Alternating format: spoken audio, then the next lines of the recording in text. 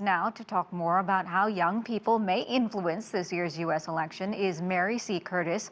She is a columnist for the Washington-based newspaper Roll Call that covers Capitol Hill and host of the podcast Equal Time. Thanks so much for coming on the show, Mary. So a lot to get into here. I'm sure that it's not just Gen Zers that are disillusioned and want government to work, but be that as it may.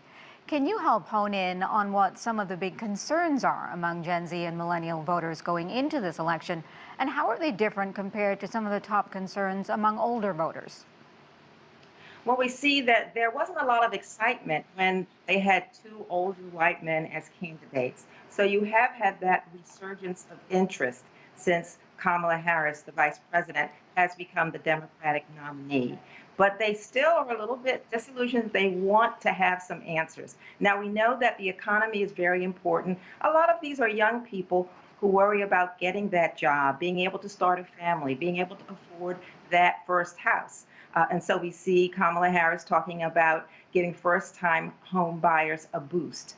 Also, they worry about gun violence. These are generations that have grown up with school shootings.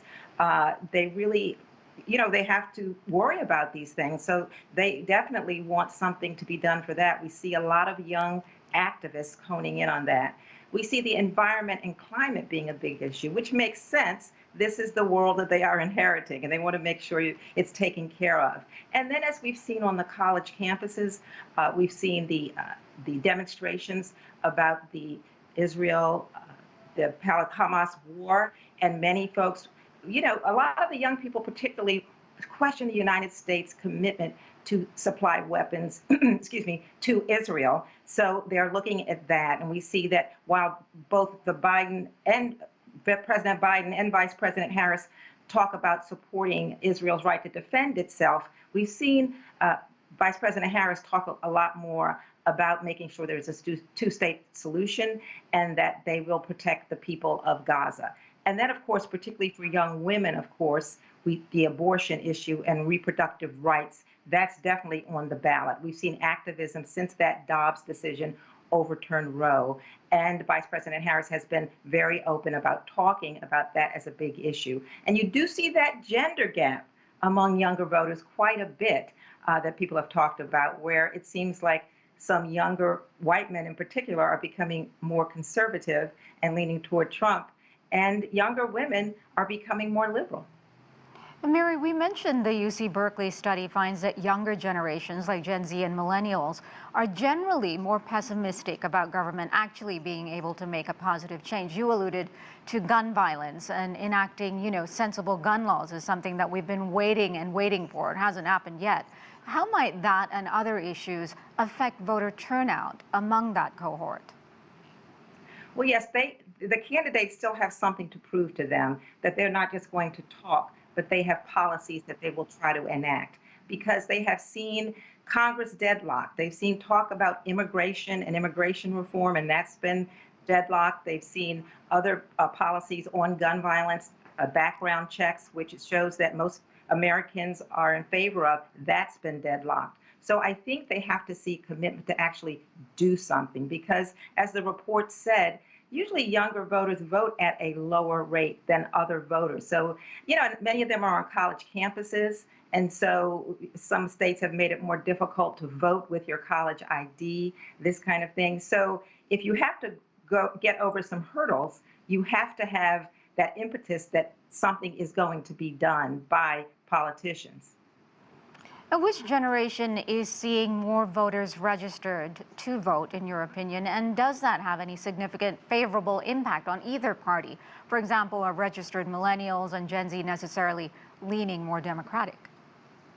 Well, we all know that the older voters, the seniors, vote more than anyone because, they're worried about Medicare, Social Security, and all of these things. But I think you do see a certain amount of activism, as the report said, among Gen Z, that they are registering more, particularly when you see someone like a Taylor Swift with her endorsement. She had a link to where you can register to vote. And I think we don't want to overblow that and say that celebrities convince kids who to vote for, convince young voters who to support. But when you say it's important, and here's a link to register, I think that can move some voters. And then, of course, it's getting out there on election day. And even though the election's only a couple of months away, so much can happen until then. We talk about the younger generation, and so many are sort of, known to be more democratic, if you will. But there are, of course, also young Republican supporters.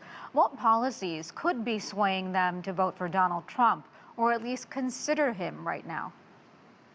Well, even though, we've seen now that inflation is going down, there is a sense, and in all the polls bear this out, that voters, young and older voters, give Donald Trump the edge on the economy. And for a young person that is looking for that first home, looking for a good salary, that might really turn them over to say, well, maybe this person who was a businessman can give me the edge on the economy. That might be swaying them. And as for younger white men, he kind of leans into that and says, your country, he's actually said, I think the Democrats are kind of anti-white. And when he talks about immigrants coming over and taking jobs, and we've seen that the numbers really don't bear that out, and actually a diverse society really helps everyone, that might actually get an ear for some young people who say, maybe you're putting me at the bottom. And as I said, that's what really explains that gender gap between women going more for the Democrats and a little bit of inroads with younger white men who like that image of Trump as the tough guy.